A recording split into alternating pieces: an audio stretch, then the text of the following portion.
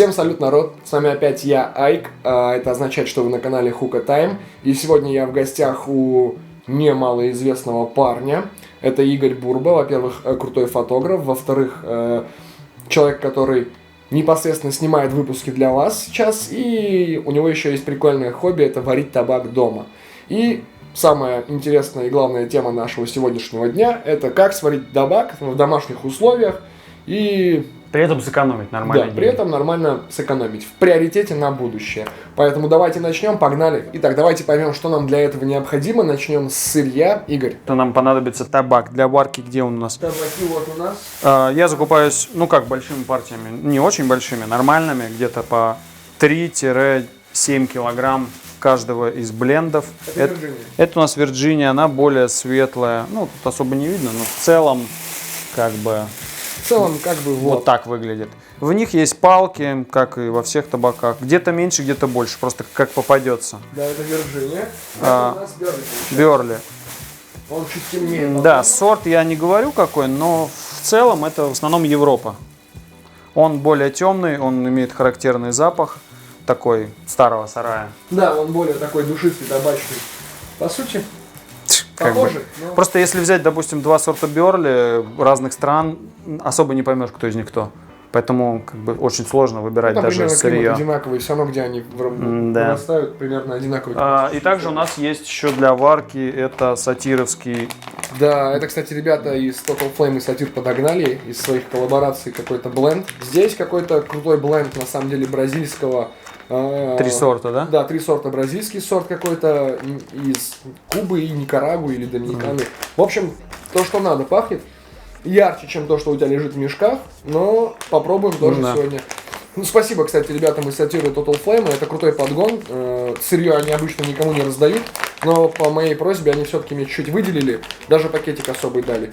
В общем, будем сегодня тоже пытаться с этим что-то придумать. Давайте сейчас вернемся все-таки к необходимым нам ингредиентам для варки.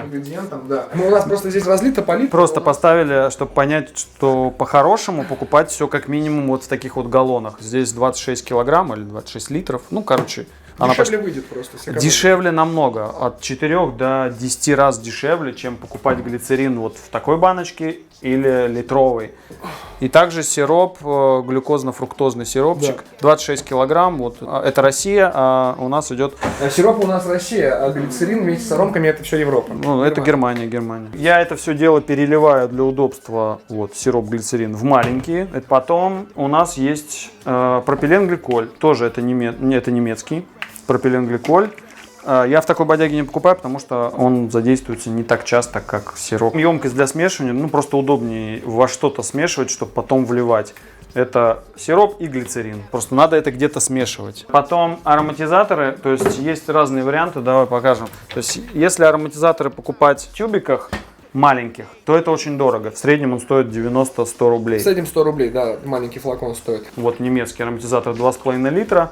Если его покупать, то получается, что где-то 30 рублей. Он стоит такое же количество. Понимаешь, да, производитель покупает галлонами, там примерно 5 рублей, 10, вот так примерно стоит. Понятно. Маленький вот такой литраж. Уменьшается. То есть, да, 10 миллилитров стоит 5 рублей там, или 2 рубля. В общем, нам нужна фруктозно-глюкозная вот эта смесь. Да. Нам нужен пропилен, нам нужен глицерин, и нам нужны ароматизаторы, емкости для того, чтобы все это туда перелить. Весы, я знаю, нам нужны.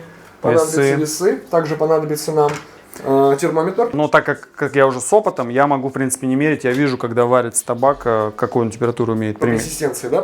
Примерно, да. Я понял. Также нам понадобится вакууматор и пакетики. Но в вакууматоре удобнее, то есть можно делать по старой технологии. Старая технология — это банка. Оптимальная банка, я когда варил, там 3 вкуса в мультиварке.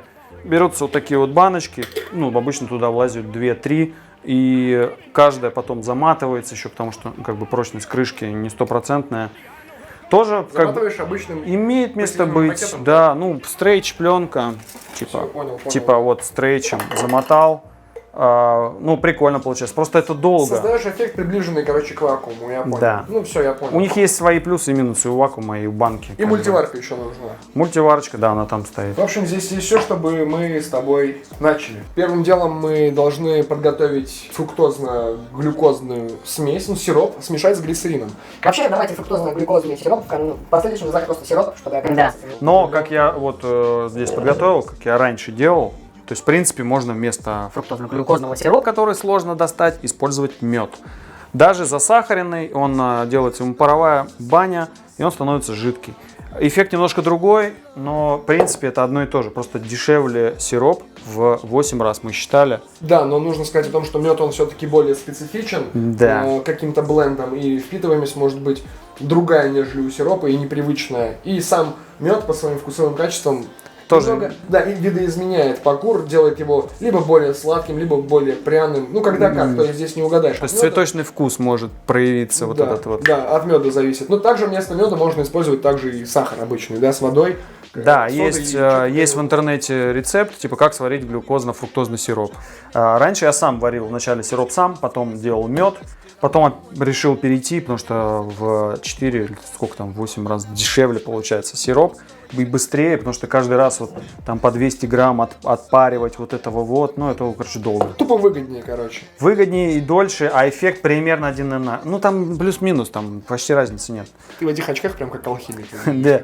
Короче, у меня здесь есть уже бодяга, в которой все это дело смиксовано.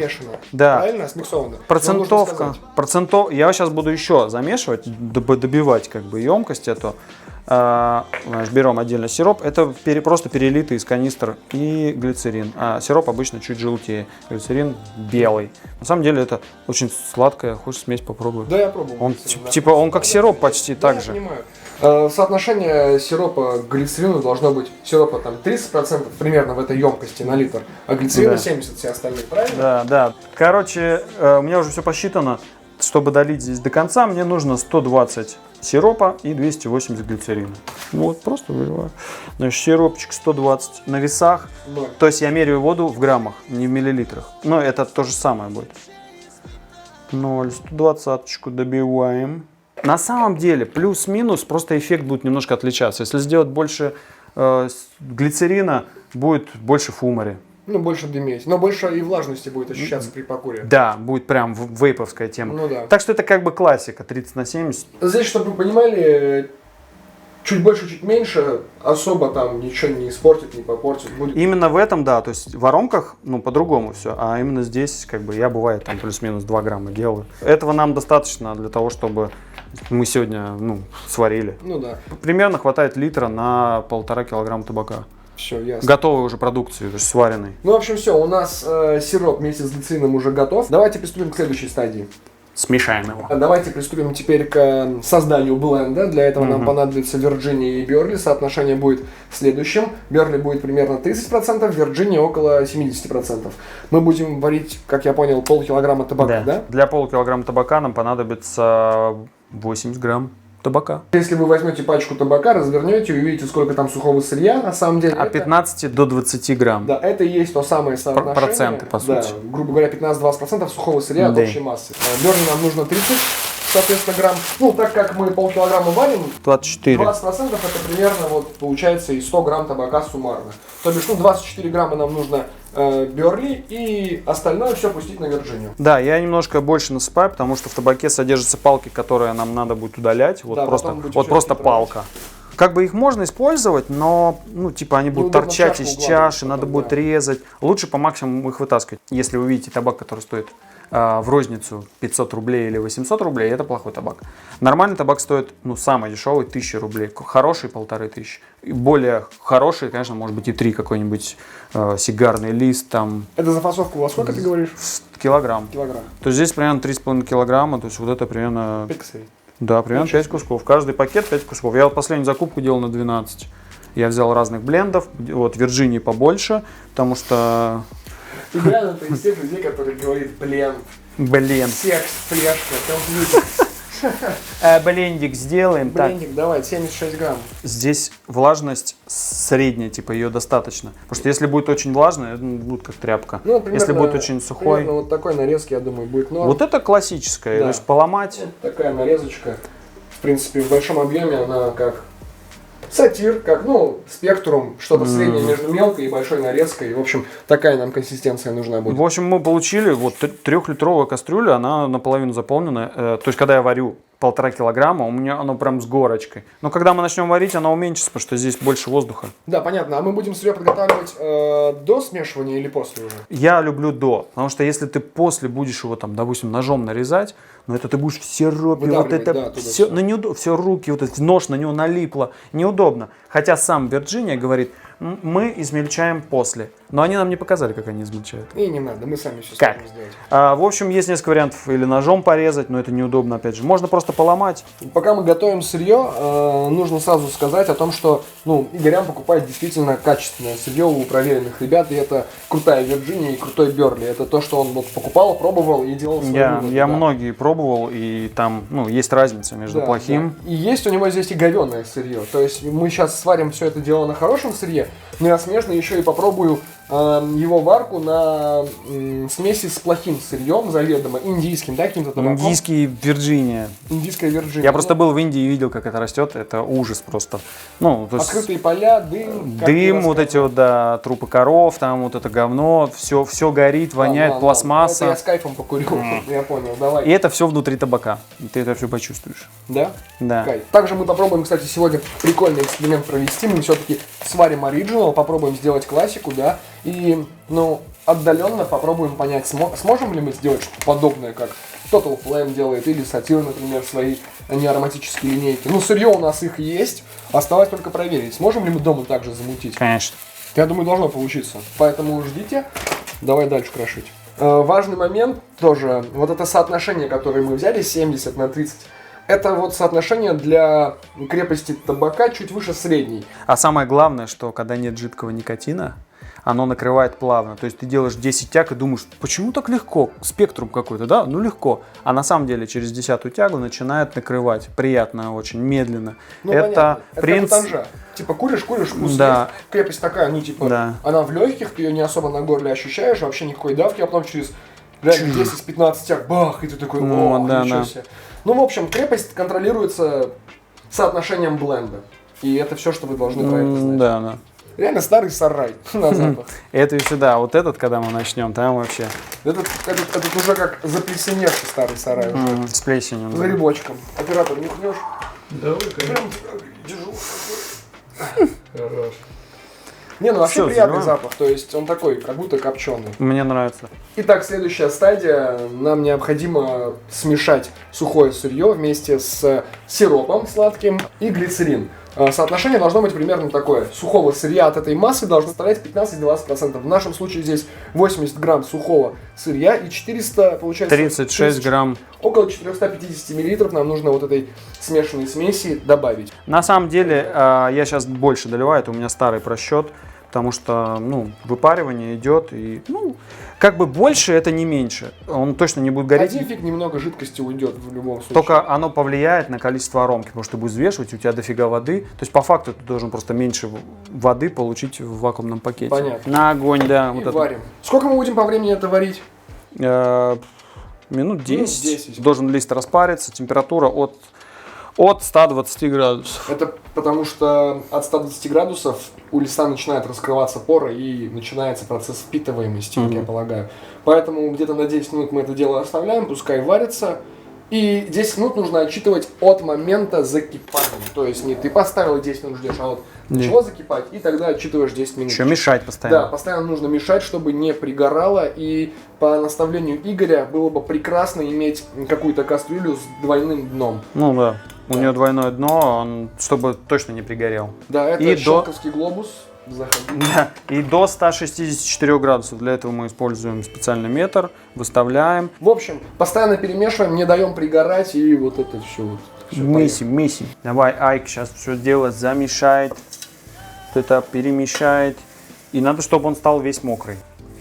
Все, потом я к тебе приду, будешь показывать, как ты варишь свои миксы. Да, без проблем.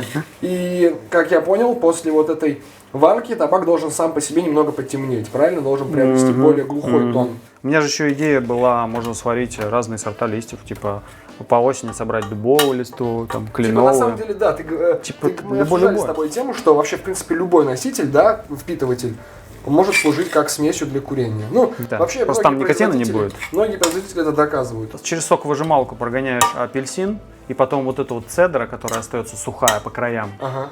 На ней? я ее просушил на ней. Серьезно? Прикольно, прикольно, да. Ну, он легкий, очень сладкий, насыщенный. Но я еще сварил вот этот чернослив. Подожди, а привкуса горечи от цедры не было, не появлялось? Не, а он сухой, он же выжатый еще. И я раньше еще вот так вот готовил. То есть вот так вот закрывал полотенцем, сзади заматывал, потому что невозможно дышать. Вообще нормально. Ну, сейчас вытяжку не включаем, просто чтобы не шумело. Но бывает еще больше парит, когда ты если к 140 приблизишься нечаянно, то там уже все, как бы Ты опасно. этой тряпкой полы малы только что вытирал. Нет, я вытирал раковину, руку и вот так вот. Мне кажется, готово. нет? Все, Похоже на нормально. Короче, торможу плиту, и мы делаем водяную баню, чтобы остудить холодной водой. Итак, дорогие друзья, следующим этапом нам необходимо из кастрюли все вот это дело взять, всю эту массу, и переместить ее в пакет. У нас вакуумный пакет для вакууматора, поэтому нам будет проще это сделать, но если у вас нет вакууматора и, соответственно, таких пакетов, просто стеклянная банка и наматывайте в пакет целлофан как можно больше. Я и так делал, как бы, вообще. Разница небольшая. Просто здесь больше влезет, Да, и все. здесь объема просто тупо больше влазит. Можно руками, как бы, кто не брезгает. Можно ложкой, но неудобно, можно в перчатках. Итак, нам необходимо весь табак поместить вот в этот пакет и залить туда уже непосредственно ароматизатор и пропиленгликоль. Сегодня мы будем использовать аромку, это вишня. Мне по запаху очень сильно напомнила марачино черри от Tangiers. И так как у нас вообще в целом на рынке мало хороших вишен, мы решили поэкспериментировать именно с этим вкусом.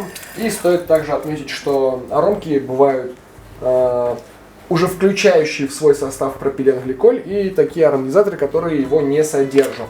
Так вот, Ну, или очень мало там, ну да, поэтому неизвестно. надо будет экспериментировать, пробовать. В целом у нас уже есть там примерно какая-то схема, по которой мы двигаемся. В общем, у нас здесь сырье, и нам необходимо в количестве 10% от общей массы этого сырья добавить сюда аромки и пропилена.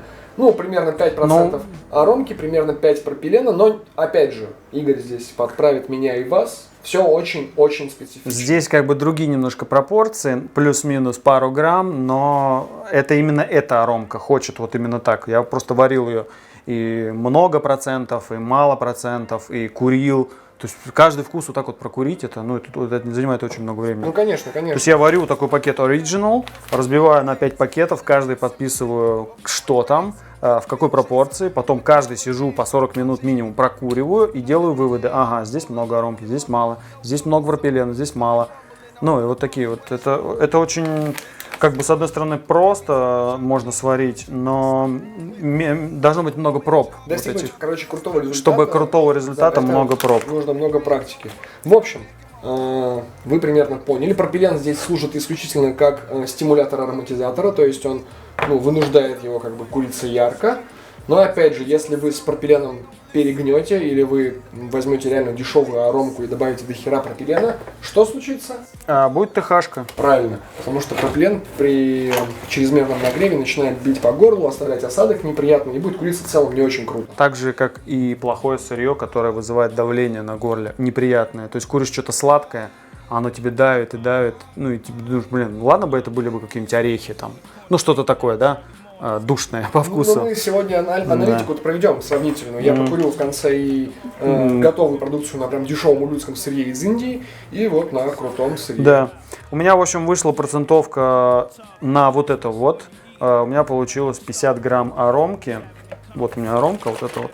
Конечно, взболтать ее обязательно, потому что он тоже может расходиться на слои. Это вишня. Да. Но это уже готовая смесь пропилена и ароматизатора. Не, без. Или без. Мне проще всего это делать вот через шприц. Ну, у меня других просто нету вариантов. Шприц маленький. Я делаю 20-20-10. Пахнет, кстати, аромка уже приятно. Издалека я ощущаю ее нотки. по вкусу это эклипс вишневый. Только нет холодка. Ну это я люблю, когда, знаешь, вот так вот все красиво, вот это как вино грузинское. Да, Мешаешь? я понял, солидный. 20-20, 10, получаем 50. Да? Все, Да. десяточка. И от общей массы еще я несколько процентов пропилена залью. Это просто чтобы этот вкус, Усилить. ну, он Раскрыть. как бы... Вот именно в этом, почему-то вот в этой ромке, он, знаешь, как он делает его мягче. Вот, а в других он усиливает. Здесь он делает его более плавным, не таким едким. Резко заходящим. Да, это я просто понял. именно эта ромка, она такая. Вот. Давай возьмем старый В пропилен. данном случае это, я полагаю, около 10% ароматизатора и чуть-чуть, наверное, меньше пропилен. В 3 раза меньше вот здесь именно вышло. Примерно так. Где-то около 15-12 миллилитров. Да. Очень такая загадочная. Карамельная как будто какая-то внутри. Интересная смесь. Все, вот этот красивый бокал, не обязательно на весах, просто вливаю. Сливаем туда, да. Просто не обязательно красиво вливать, просто вливаю. Все, сейчас мы его вакуумируем, закрываем, складываем вдвое, чтобы уместилось все это в мультиварку и ставим вариться, париться. Да, да. Где-то 130 градусов, опять же, на часа полтора-два. Вот он красиво запечатывает кабачок вместе с аромками. Если сейчас аромка хлынет туда, надо будет тормозить, то есть это тоже как бы такой момент. Но она так как на дне, видишь, я же ее не перемешивал, она на дне в основном. Он сам тормознул. То есть это специально режим для жидких продуктов, и он его не в хламы запечатывает, а знаешь, так типа в меру. Ну все, в общем, туда погрузили определенный градус, определенное время, и все, ждем. Итак, дорогие друзья, что касаемо экономии, давайте более подробно и точно произведем расчеты на 100 грамм продукта. Мы сварили полкилограмма, но я посчитал на 100 грамм. Для начала необходимо дать легкие аббревиатуры для всех компонентов, которые мы использовали при варке табака в домашних условиях. Это ароматизатор АР, пропиленгликоль ПГ, глюкозно-фруктозный сироп ГФС, глицерин ГЦ и сухой табак СТ. Следующим этапом давайте рассчитаем стоимость 1 мл грамма каждого компонента. Ароматизатор. Мы его купили в емкости 2,5 литра, он нам обошелся в 8200 рублей. Следовательно, 1 мл равняется 3,28 рубля. Пропиленгликоль. Емкость, которую мы купили, составила 1 литр, и ее стоимость составила 360 рублей. Следовательно, 1 мл приравнивается 0,36 рубля, либо 36 копейкам соответственно. Глюкозно-фруктозный сироп. Емкость, которую мы купили, составила 26 литров, ее стоимость составила 2500 рублей, соответственно, 1 мл 0,10 рублей. Дальше глицерин. 26 литров мы купили за 3900 рублей. Следовательно, 1 мл глицерина нам обходится в 0,15 рубля. Сухой табак 1 килограмм мы купили за 1500 рублей, соответственно, 1 грамм равен 1,5 рубля, ну, 1,5 рубля, в общем. Следующим шагом давайте рассчитаем стоимость первого этапа варки сухого табака со смесью из глицерина и глюкозно-фруктозного сиропа на 100 грамм продукта. Начнем с сухого табака. Если вы возьмете любую пачку табака, то вы либо на лицевой, либо на задней стороне упаковки увидите, что там написано, эта смесь на 100 грамм не содержит более 12-15 грамм сухого сырья. Мы за основу взяли 15 грамм, как мы помним из расчетов выше. 1 грамм сухого табака для нас стоит 1,5 рубля, значит нам нужно 15 грамм умножить на 1,5 рубля, и мы получим 22,5 рубля. Это и есть стоимость сухого сырья, которую мы используем для варки на 100 грамм продукта. Соотношение глицерина и глюкозно-фруктозного сиропа на остальные 85 миллилитров этой общей массы 100 грамм составит 70% на 30% соответственно. Итого, глицерин 70% от остатка 85 мл из 100 грамм это 59,5 мл. Нам необходимо умножить на 0,15 рубля или 15 копеек, это стоимость глицерина за 1 миллилитр, 8,9 рубля. Здесь я немного округлил, чтобы было легче считать. Глюкозно-фруктозный сироп это 30% от 85 мл остатка 100 грамм смеси, которую мы имеем. Это 25,5 мл умноженное на 0,10 рубля или 10 копеек. Соответственно, мы получаем 2,5 рубля. Тоже округлил. Давайте сложим эти три значения: количество сухого табака, количество глицерина и глюкозно-фруктозного сиропа. Мы получим 22,5 плюс 8,9 плюс 2,5, это вот 33,9 рубля. Стоимость смеси без ароматизатора и пропиленгликоля на 100 грамм. В этом пункте очень важно понимать, что после первого этапа варки произойдет испарение небольшого количества массы смеси, около 5%. Соответственно, у вас на остатке останется где-то 95 грамм смеси после первой варки и после испарения.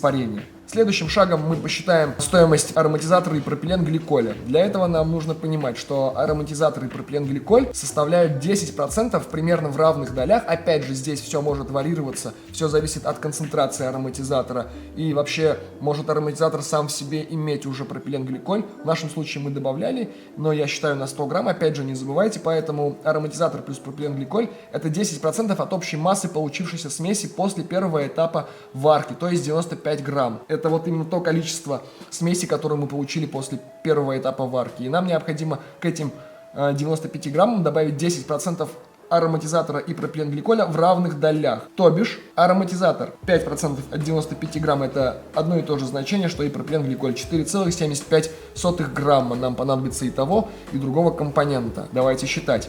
Ароматизатор необходимо вот это количество, которое нам понадобится, 5% умножить на стоимость за 1 мл. Умножаем и получаем 15,58 рубля. То же самое действие производим с пропиленгликолем и умножаем на вот это значение за 1 мл.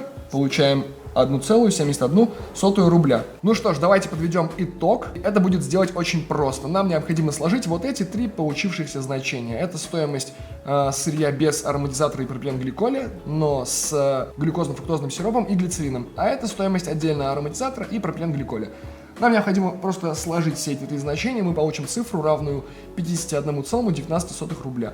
Это и есть стоимость сваренной нами смеси на 100 грамм. Кстати, нужно сказать обязательно о том, что все эти цифры о стоимости продукции мне предоставил Игорь Бурба.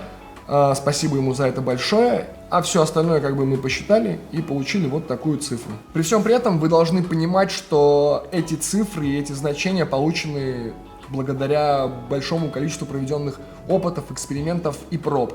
Поэтому это все очень как бы субъективно. Но по факту мы именно такую стоимость и получили за 100 грамм нашего продукта. Так что если вы сможете найти свой рецепт с правильным соотношением этих компонентов, то вы примерно сможете приблизиться вот к этой цифре и покупать табак в 10 раз дешевле в среднем по РРЦ, как торгуют наши производители. Ну, мы все знаем, что самые дешевые позиции это вот а-ля 500, 600, 700 рублей за 100 грамм табака в среднем. Поэтому это в любом случае будет в x10 раз дешевле, но и в x10 раз больше геморроя. Однако это очень интересно. Поэтому делайте выводы. Ну что, все, наш пакетик готов. Очень быстро. На самом деле нет. Мы его около 2 часов, что-то типа того, варили. В мультиварке, соответственно. Потом охладили в ванне с холодной водой.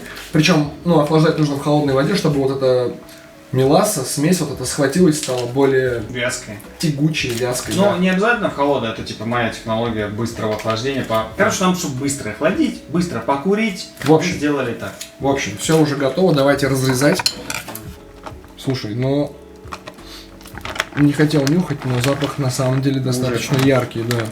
Ну, по консистенции он напоминает что-то между сатиром и спектрумом, что ли. Запах достаточно приятный. Ну, давай более-менее равномерно раскидаем. Забивать будем на самой классической УПГшке. Воздушно, с отступом, как полагается. Погнали.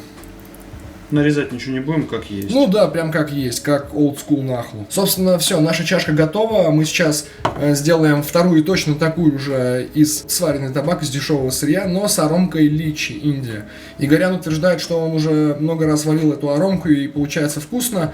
Но вот на этом сырье, на дешевом, мы хотели как раз таки показать разницу, как это будет куриться. Причем оно, знаешь что, оно даже не то, что дешевое, оно плохое. Ну, окей. То есть оно стоит так же, но по факту получаем... Серьезно? Да? Я думал, он дешевле, в раз плохое. Так же. Ну, 1000, 1200, вот так, килограмм. Ну, ладно, хорошо. То есть здесь еще нужно подобрать правильное сырье. Все, чашки прогреты, мы уже раскуриваемся на балкончике. Вот табачок. Я курю на самом деле сейчас не вкус вишни, я сейчас курю вкус личи на не очень качественном сырье, на откровенно плохом по утверждению Игоря. Он пока раскуривает вишню, я ее даже не пробовал. Это вот то, что мы приготовили, сварили. Я сначала сделаю выводы по этому сырью и по этому вкусу. Он по этому, потом мы поменяемся и обсудим что да как. Да, что да как. По вкусу не очень сладко, пряно, как личи, как я ожидал. А он, это табачка его Хавает? Да. Перебивает. Но вот я как-то по крепости не могу понять. Вроде ниже средней, вот так скажем. Ну, не стремящаяся... 5,5-6. Ну, прям средняя крепость, но ТХ присутствует явная.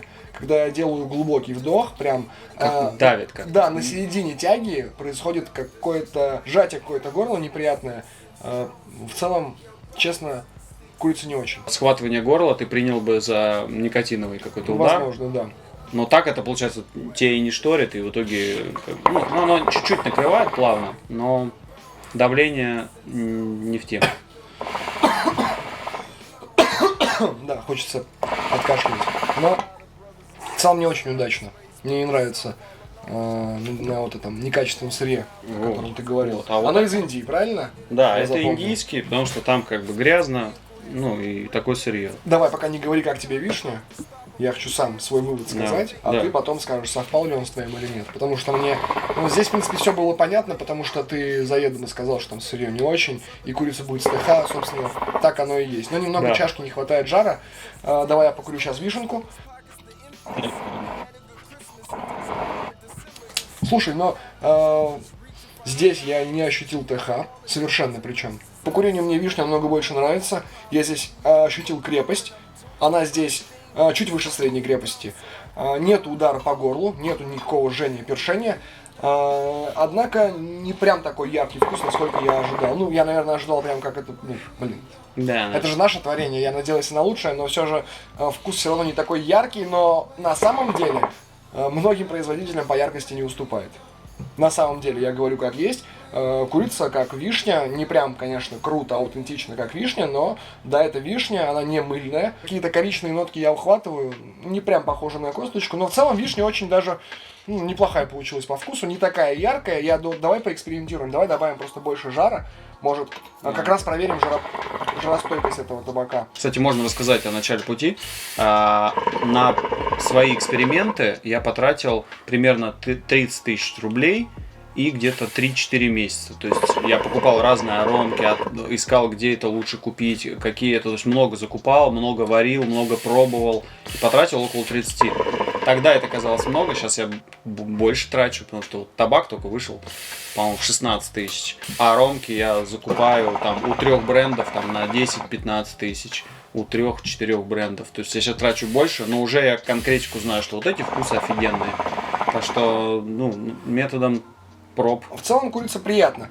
Не прям топовый вкус, я его ни в коем случае к такому объективно не отнесу, не смогу, потому что он курица не так ярко, как я ожидал.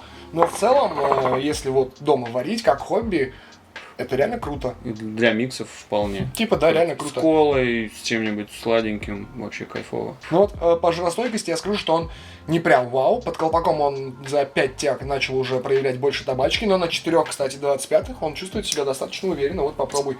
Да? Да, я на самом деле даже угольки после колпака То не есть, снимал. в принципе, жаростойкость чуть выше, чем у Чубаки. Ну, у Чубаки жаростойкость на самом деле не очень высокая, даже не средняя, Даже, поэтому ну, здесь жаростойкость выше средней. Ну, я не знаю, как градировать эту шкалу жаростойкости, но жаростойкая. Ну, если по 10-бальной, то если у Чубаки 4-5, то здесь где-то 5-6.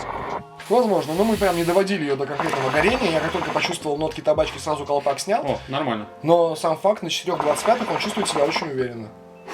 Да. То есть у него еще восстановление есть, вот если его сейчас вот так, ну, продуть, восстановление еще вкусика добавляет. То есть восстановление. Потеря была после колпака, сейчас лучше. Ну все, отлично. Давай тогда перейдем, наверное, к безаромке, к классике, да, хотели ее попробовать. Она также все делается абсолютно по той же хронологии, которую мы вам показывали с аромкой, только исключается момент смешивания с аромкой, с пропиленом и дополнительной варки в мультиварке. Да, то есть получается сварили и охладили и курим. Да, То есть это вообще быстро, минут 15-20 да. займет. И мы сделаем так, чтобы Айк не знал, в каком кальяне у нас лист от Сатира. От Сатира с Total Flame, и где твой сигарный, Где который ты купил? Тоже хороший, но там один лист. А у Total Flame вот этот вот, он был 3 листа, разные сорта. То есть чувствуется... Бразилия, Доминикана, Куба. Да, будет ли чувствоваться вот эта разница? И нужно сказать, что когда мы готовили безаромку, бленды были примерно в одинаковой пропорции соблюдены. То есть... Все то же самое. Да, 3 сорта табака в одинаковых пропорциях. Сейчас я буду стараться угадать, где сырье от Total Flame и Сатира, и где сырье, которое Игорян купил. Что ж, давайте перейдем уже к безаромке. Мы здесь все попробовали. Давайте сделаем прям быстрый вывод. На самом деле получилось неплохо, не прям круто, я честно говорю. Но в целом для домашнего покура, типа, ок, пойдет в миксы уж 100%. Курим уже минут, наверное, 30-35. Даже у стрёмного табака вкус есть? Но мне не нравится вот это першение. Но тем не менее, мы курим уже минут 35. Вишня у тебя, как она по вкусу, кстати? Есть. Ну, немножечко пережар идет, то что 4 угля было. Я просто чаще всего вот на 2-3 вот так вот делаю. Оно вполне себе 45 минут адекватно курится. Понятно. Но вот личи по вкусу он присутствует. ТХ подпропало, потому что мы дали меньше жара. Но вкус совсем уж фоновый, когда мало жара. Совсем уж фоновый. Поэтому дай-ка вишню чекну еще раз последний. Мне прям интересно. Да, у вишни вкус... вообще даже не утих, на самом деле, после такого продолжительного курения. Я думаю, что он минут еще 15 прокурится. Короче, 50 минут стабильно, я думаю, можно покурить со вкусом и нормально. Вкус не прям яркий, но что есть, то есть. Давай к безаромке переходить, аж интересно, да, попробовать. Значит, безаромка, как я понял, тоже прогрелась. Да. Правильно? Здесь я не знаю, где, какое сырье забито. Игорян сам раскуривал. Вот сырье, которое нам предоставили Total Flame и Сатир. По словам ребят, это вообще типа лучший сигарный бленд, лучшее сигарное сырье, которое можно найти на нашем полушарии земном. Вот прям так они и сказали, дословно. Этот лист Игорь купил у ребят в интернете где-то. Это сигарный лист. У них. Да, сигарный лист, один из 3 предполагаемых листов, которые в бленде используются. Вообще в целом, да, сигары из 3 блендов крутятся? Да. Или это не про... Так что это, возможно, один из оберточных листов одного из брендов. Ну, короче, в общем. Это здесь пачка из много листов. Да, здесь много листов, вы должны понимать. Просто показываем, чтобы вы знали, как это выглядит. Давайте теперь я попробую угадать, где какое сырье находится, потому что, интересно вообще в целом, разница будет ощутимая или нет. Потому что заявление было действительно сильное. Я сначала просто характеристики озвучу. Да. Какая крепость, как курица.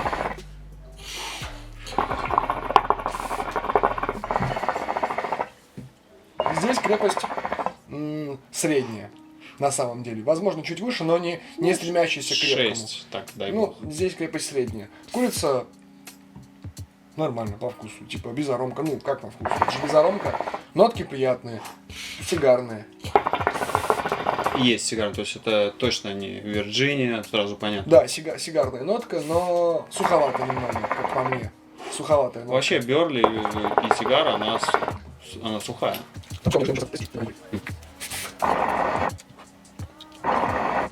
Эта курица куда крепче? Реально крепче курица. Да. Ближе к 7,5. Да, 7. стремящаяся к крепкому. Здесь нотки, честно, более яркие. Какие-то, более долго играющие на языке, на послевкусии.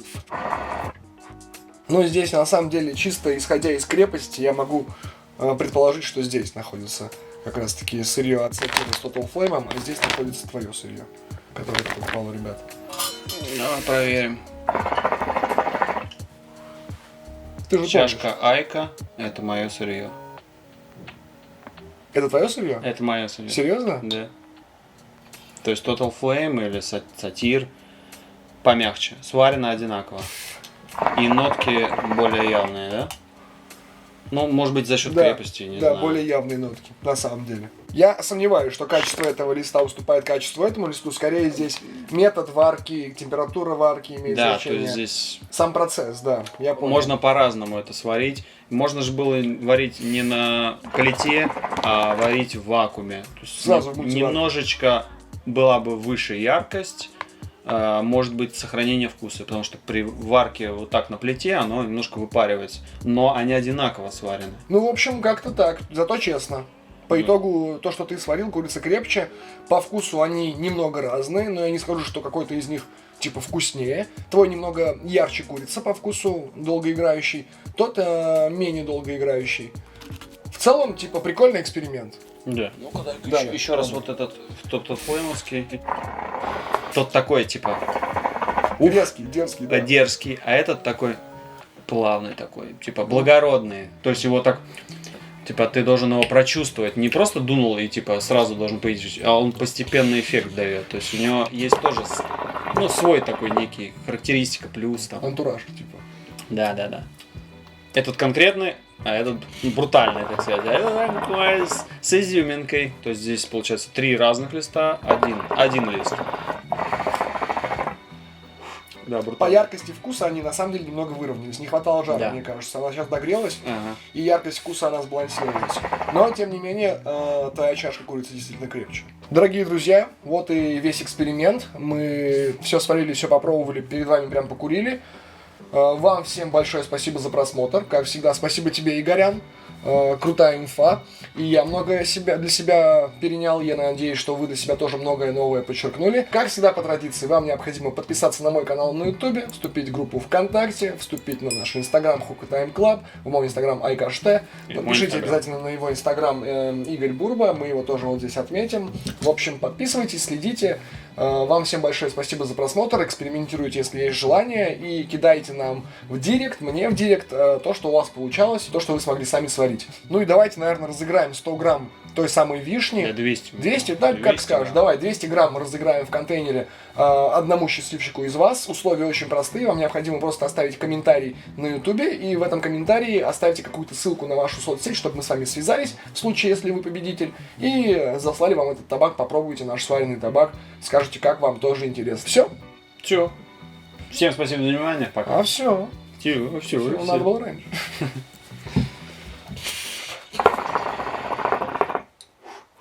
О, осталось, кстати, такое прям.